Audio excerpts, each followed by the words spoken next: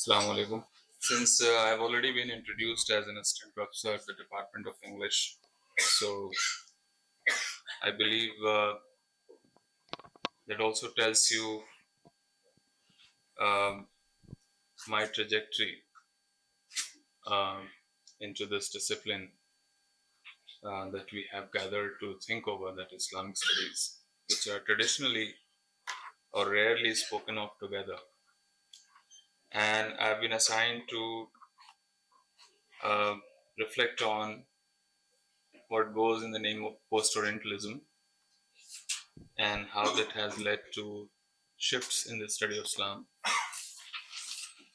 Uh, I'm going to make three brief submissions, one of which is in fact going to be a recollection, so to speak, and the other two will be with reference to a contemporary scholar of repute, I'm sure, who's very well known to all of you, Professor Talal Azad.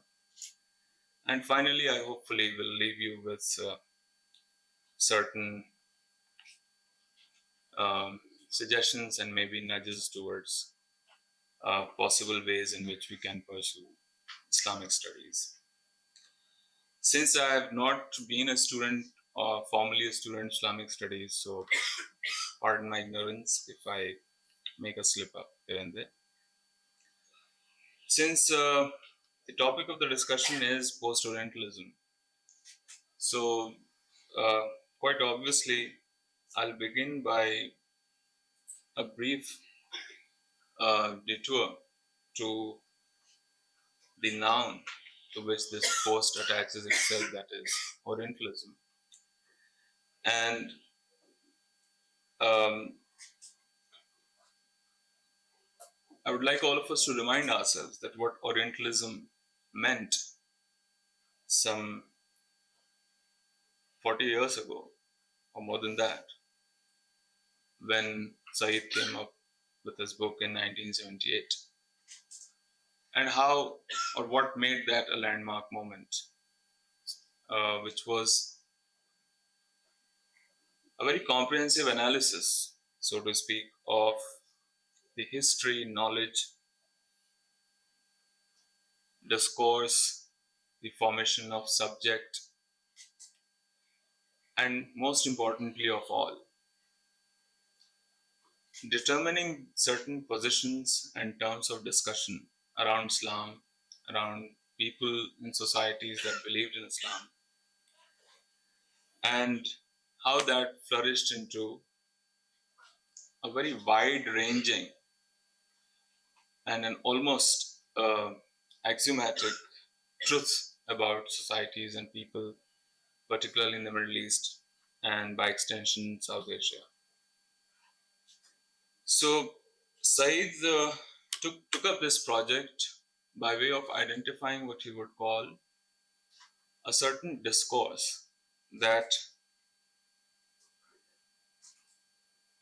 enabled the emergence of a distinct subject formation, which is the Orient, and the power relations that sustain that knowledge formation. And of course, as all of us very well know, that it allowed a lot of disciplines under humanities and social sciences to proceed with that into different directions. And my own discipline, that is literature and cultural studies, that takes a lot of inspiration from that groundbreaking moment, because that allowed for a lot of insulations with which these disciplines operated to be shattered, to be kind of brought down. And so it happened with Islamic studies as well. Now, since I teach at Aligarh Muslim University, and I have a senior colleague here, Professor Abdullah Fahad, who a brief while ago, if he may allow me, asked that how come we have not met that often. And in response to that, I said that probably the reason goes as far as back as Sir Syed himself. So that may have left him a little puzzled. And I hope that the recollection that I was referring to in the beginning will help us demystify that why is it that a university which has a certain claim on universal knowledge and truth had to create these insulations among disciplines. Now, in preparation for this session, I was generally browsing through the genesis of Islamic studies at our own university. And I was reminded that as a young undergraduate student, I was quite mystified initially when I first discovered Faculty of Theology, which is adjacent to Faculty of Arts if you have been to the MU campus. And it's much later that I discovered that there is a distinct setup called Department of Islamic Studies. And for the longest time, I actually didn't know that what exactly are the persuasions of these two units and how are they distinct in their own promises or what they claim to do. Then I stumbled upon this brief essay by a very well-known scholar, William Cantwell Smith. And this is a brief essay that appeared in a collection in 1981, where, and if you would indulge me, I would like to read out a few excerpts here and there from that essay. It's only a 2-page long essay, but I found it so meaningful, where he begins by informing us that in the early 1950s, he was invited to contribute an article to the Urdu language magazine called Aligarh magazine. And due to his ongoing commitments, he was busy with setting up a center for an Institute of Islamic Studies at the McGill University, which also kind of allowed him to set up the Center for Comparative Studies of Comparative Religion, if I'm not wrong, at Harvard. So he couldn't make that contribution later at that time, but later he sent this brief essay to the editor's way, where he says that I don't have a lot to write about in the honor of Sir Syed, although I'm quite impressed by his services.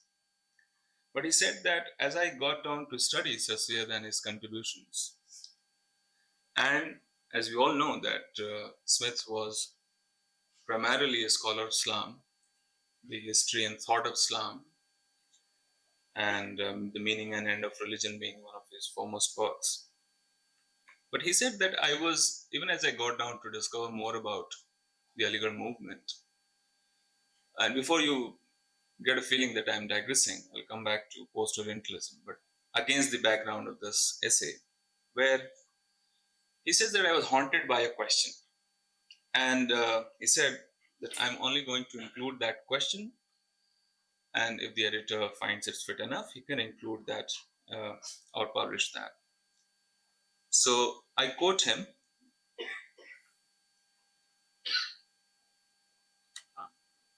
Yes.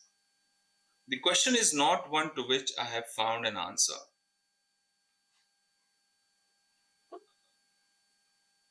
Nor indeed is it one that an outsider perhaps could be in a position to answer. Yet, if he is allowed to ask the question, then in itself is sufficient. My concern is with the development of Islamic thought and with the religious aspect of the modern history of Muslim community in India. Then he goes on to take up Sir Syed, and he says, Sir Syed saw the need for modern education in his community and devoted his energies to seeing to it that this need be met. He also recognized that the community would not be willing to have modern education if this meant abandoning Islam. As we all know that this was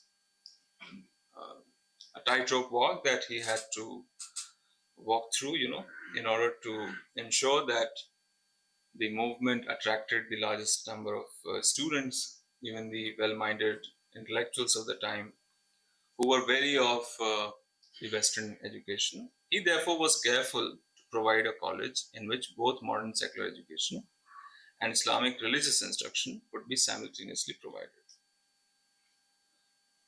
Yet he also sensed that his own views on religion, his own interpretation of Islam, the endeavors which his own mind was making to synthesize and harmonize his religious tradition with the spirit and knowledge of modernity, were unacceptable to most of his fellow Muslims.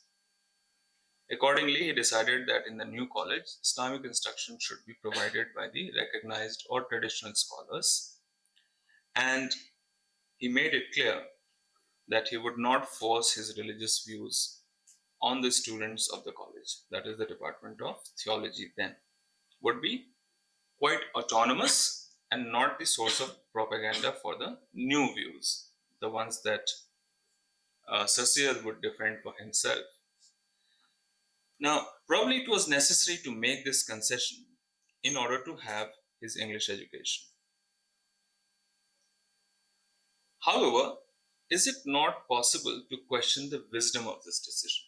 Now, this is the question that Smith raises, or at least one may speculate about what might have been the result had the concession not been made.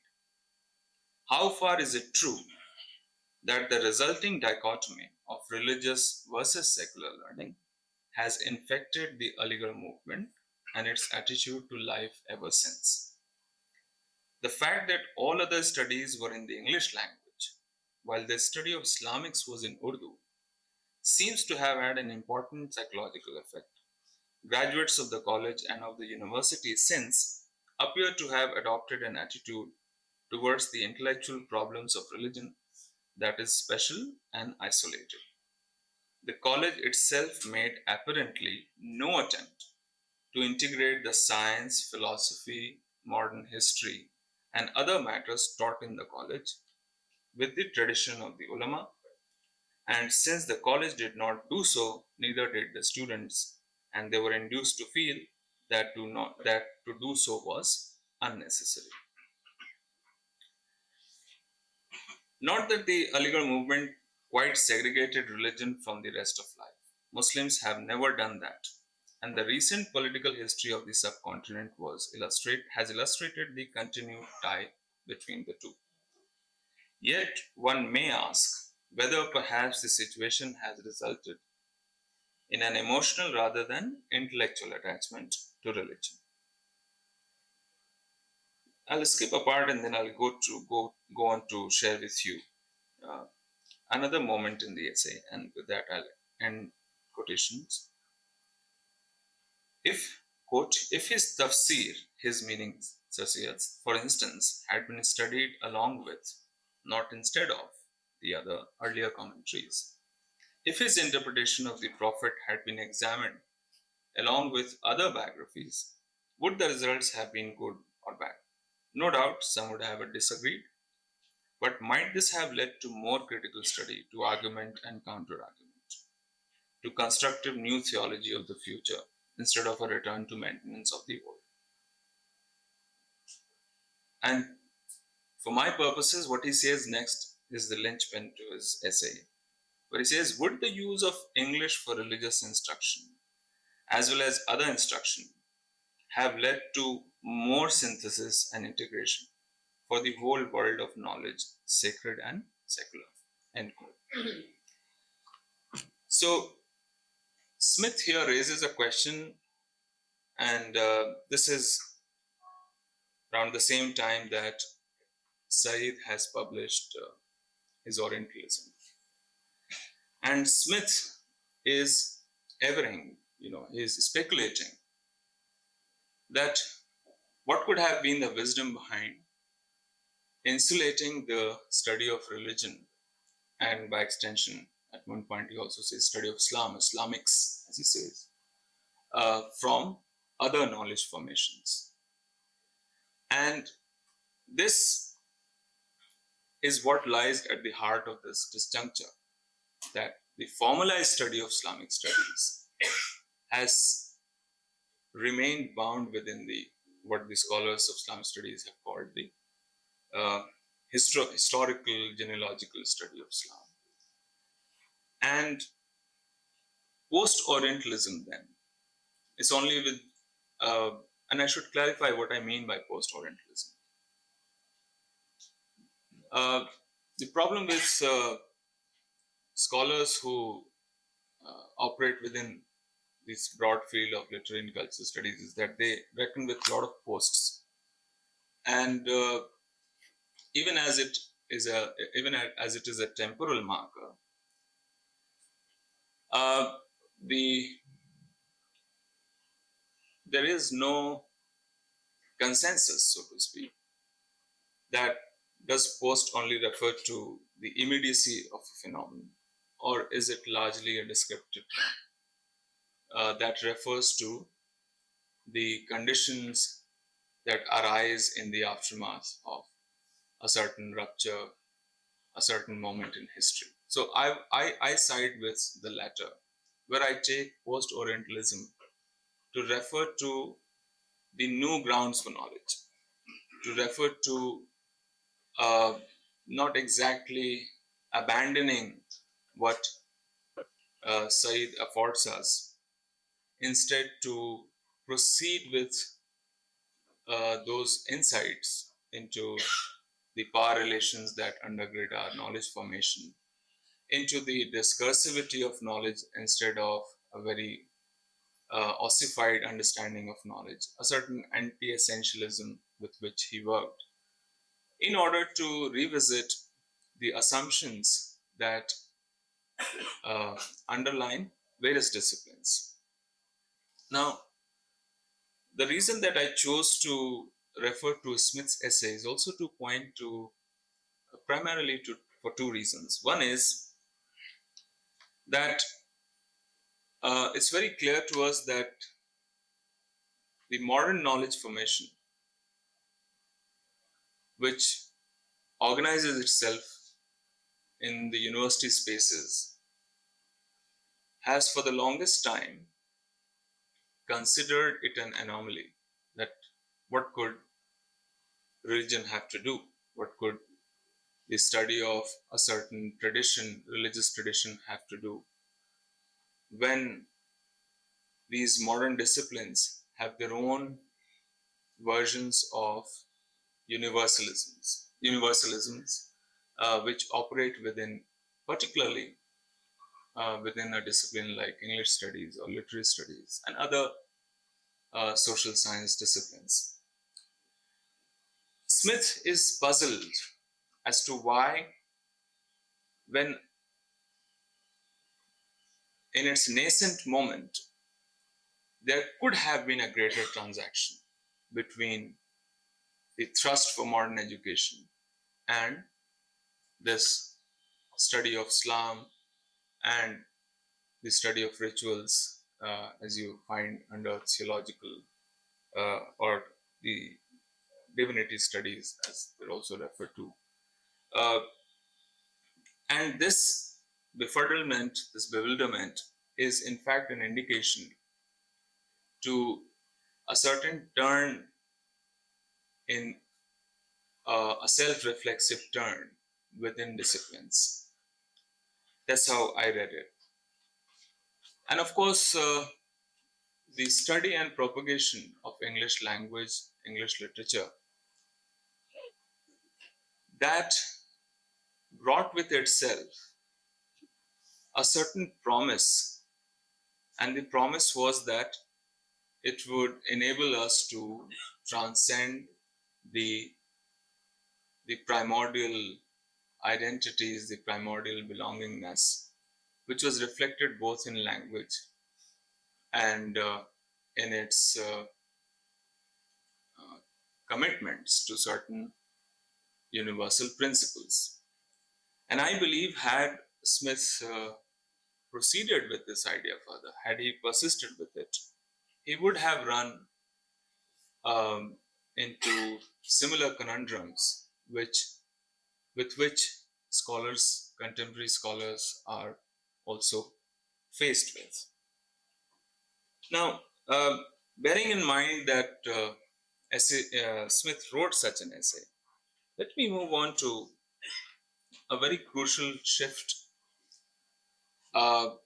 in the study of Islam in the wake of, as I said, the works of very well-known Professor Talal Asad, whose two books that have come to define a whole plethora of disciplines like anthropology, religious studies, cultural studies. One is, of course, Genealogies of Religion, and the other, which was followed by Formations of the Secular. Now, the key the key moves that Asad makes there have opened up a whole new set of inquiry. They have reestablished, by way of their very comprehensive engagement with the very ontological question that what is Islam and what is religion, what or through what processes does something like Islam come to be or acquires its status as a body of knowledge, or through what precepts and concepts do we come to treat Islam as a religion. And in both of these works in tandem, by first positing a certain discursive understanding of Islam, of religion particularly, primarily, by critiquing another anthropologist, Clifford Geertz, Asad moves away from an interpretive scheme of religion, where religion was to be merely understood as a system of encoding and decoding, or the interpretation of the world, to a more challenging framework, one could say, which is of discursive tradition, as most of you may be aware. And that tradition, the understanding of tradition in Asad, they are both an embodiment as well as they also have an element of discursivity, as you could say, which refers to the ruptures, continuities, which refers to how reforms take place in time, in a temporal sense, and whether, and this is something I would also like to learn following the lectures to follow, that can certain events like the Aligarh movement, which were based on the idea that there is something to be preserved even as you march forward, can that be understood within this framework of discursive tradition? Because Islamic studies as a discipline is not only occupied with the historical formation in a very philological sense of Islam as a system of knowledge, but it also grapples with the modern, the contemporary. And in doing so, it of course revisits the tradition, it makes diverse claims. So Asad's move in that direction then becomes a very fertile way of accommodating, of charting a new, path to investigate the new realities uh, without being overridden with the anxiety that Sarsier was, that he had to insulate. Where he insulated in the name of autonomy. He wanted to accord that autonomy to the religious scholars. And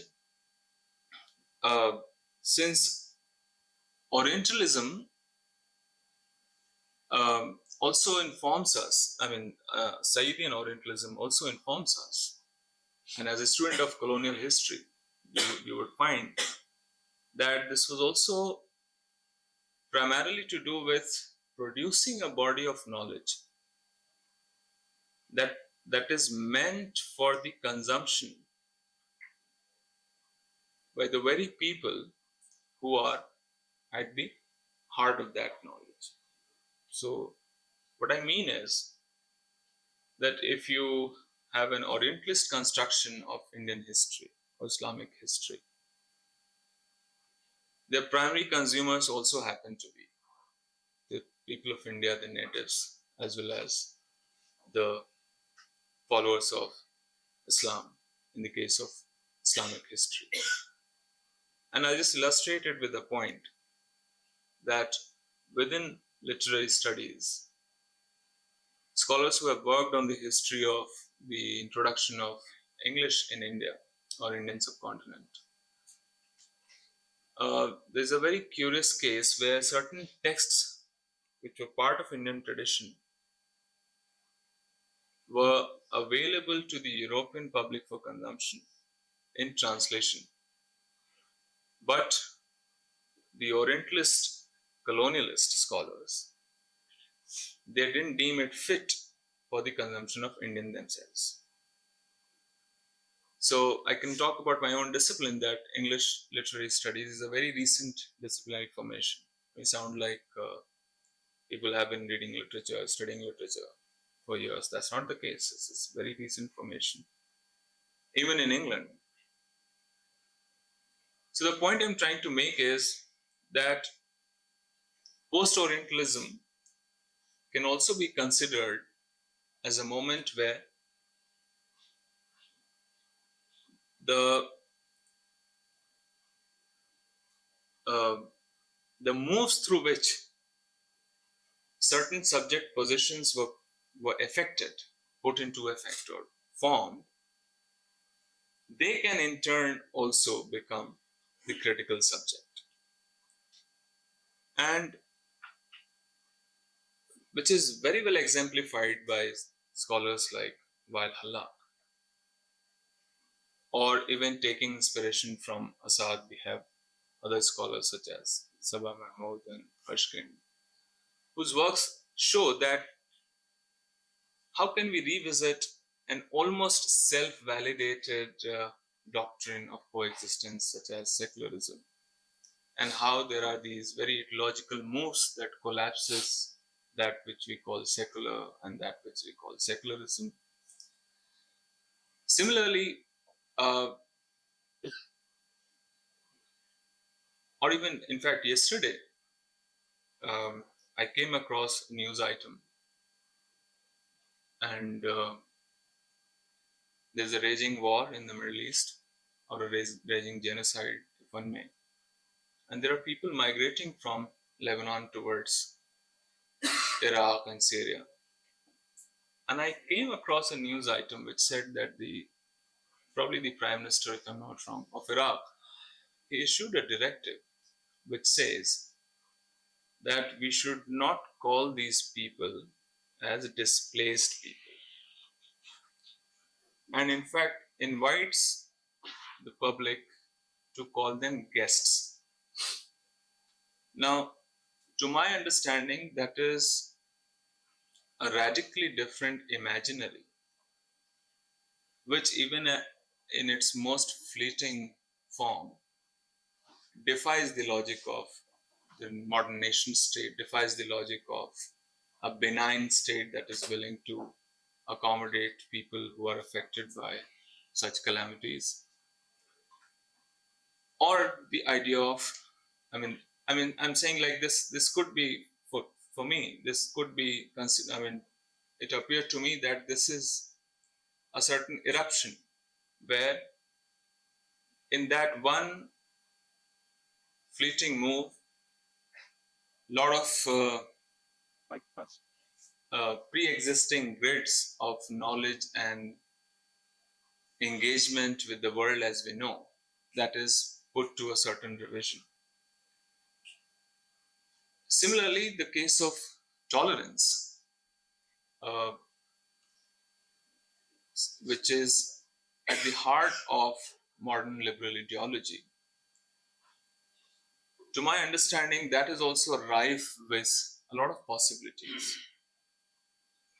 And there has been a flurry of scholarly works that demonstrate how this very benign and pristine idea of respecting others, of tolerating differences, in fact, also enables, even as it sustains those differences, it also allows the one who is more powerful, that is the tolerant, to essentialize those differences of those who are tolerated. Now it becomes the job of Islamic epistemology to dismantle this hierarchy. So can we offer a vision? And I take this again from Professor Valhalla, who suggests in that direction that does unequal mean inequality? Or does it allow or open up avenues for us to have a more grounded understanding of human realities? Which I think, and all the people that I have named so far, have been a very trenchant critique of this entire liberal edifice that institutes such understandings, translates them into policies, and through university education, once again, also circulate as common sense. So I'm not very sure if I've sounded very disjointed, but I hope to fill those gaps based on any question or remark that you may have.